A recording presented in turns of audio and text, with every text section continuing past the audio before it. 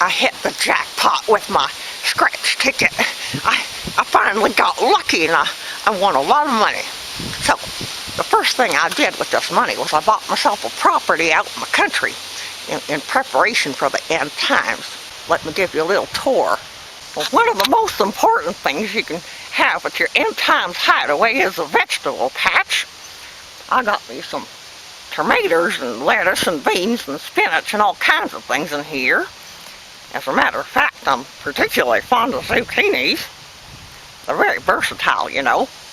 Now, I was real fortunate to find this property because the people who lived here before me, well, they must have been preparing for the end times too, because they planted an awful lot of fruit trees. So I got apple and crab apple and plum and I got some bushes too, like the blueberry bushes behind me.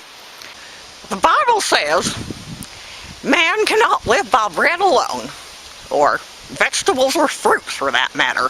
And that's why I got me this little pond over here, and I'm going to grow some fish in it. And if that doesn't work out, well, if frogs are good enough for the French, they're good enough for me. Now, when the apocalypse comes, there's going to be a breakdown in society. And you're not going to be able to just march on down to the pharmacy and buy your medication. You're going to have to make your own. Well, that's what the plants were for. They all got medicinal properties, so I bought a lot of them. I don't know exactly what properties, but when the time comes, I'll figure it out. Now, having a big property like this ain't gonna do you a bit of good in the end times if you don't have a source of firewood. The barn's empty for the moment, but I'm gonna get me some chickens and maybe a cow or two, and maybe some sheep too, so I can make my own wool.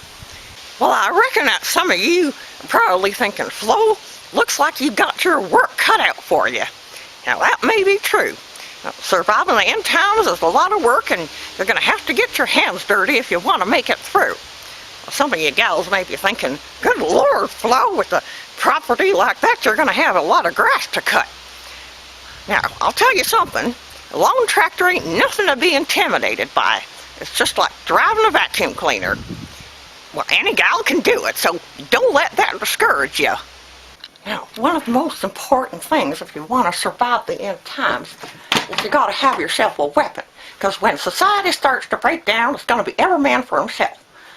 So, what I got here is, I got myself a couple of slingshots since I don't have to register them with the government. And up here, I got my bow and arrow collection. Not quite as effective as a gun, but at least nobody has to know that you got one. Now, having all those fruits and vegetables and fish and chickens and all that's not going to do you a bit of good if you ain't got nowhere to store them. So, everybody who wants to survive Armageddon needs to have a secret storage facility, preferably underground. Like I said, I just moved here a little while ago, but I started stocking up immediately. And what you're going to need is some jars of preserves. My grandmother made these. They're still good, mind you. Gave them to me when she died. Never had much use for them until now. Also, besides preserved food, I recommend that you get yourself a good little wine cellar going for the lonely days. And also maybe to use when you have some company or whatnot. And of course, you need to stock up on cigarettes. What you could use, even if you're not a smoker, you can use those to barter, especially when those ruffians show up at your house. And if the bow and arrow don't work, you may be able to just send them off on their way with a few packs of cigarettes. And of course, I got myself some scratch tickets, just in case I get lucky, but I already started scratching them, so I'm going to have to get more. But that's what you need to do. You get all your stuff, and you preserve it so it's not perishable, and you keep it down in the root cellar. Now, the cellar is also a good place for hiding coins, because you're going to need a lot of coins in the end times, because there ain't going to be no more banks nor money. So, you need to get yourself some silver coins, and just to be on the safe side, you might want to have yourself some gold, too, just in case the stuff about the Anunnaki turns out to be true, and they're after gold after all. So I just recommend that you get yourself some coins and put them in a safe place, such as in this wall behind me. Well, that just about concludes my tour. Now, I know what some of you may be thinking. You may be thinking, Flo, what are you so worried about surviving the end times for if you're going to get raptured anyway? Well, as a matter of fact, there's a lot of controversy about the rapture. It's going to be pre-trib or mid-trib or post-trib or Lord knows when it's going to happen. So I just figure, better safe than sorry. Forewarned is forearmed. Better late than never. A pound of prevention is worth an ounce of cure, and an ounce of cure is worth a pound of prevention. Anyway, you know what I'm talking about. And better late than never, and a stitch in time saves 9, as the Bible says.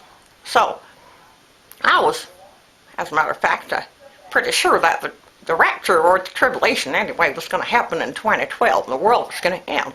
A lot of people talking about that. I've seen it in a movie. But it turns out that the Mayans had a cyclical view of time, not a linear one, so there goes that theory out the window. I read it in a book. So, I figure it's just better to be prepared just in case. You get yourself self-sufficient, and if it comes down to it and you're faced with taking a mark of the beast in your right hand or a bullet in your head, at least if you have another option to go out in the country and be self-sufficient, maybe you can just avoid the whole thing and wait for the Lord to come back.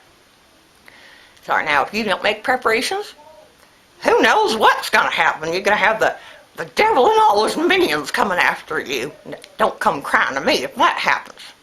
You can lead a horse to water, but you can't make him drink. I almost forgot. The most important thing you're going to need in the end times is faith. Because no matter what happens, you got to have faith in the Lord's going to get you through.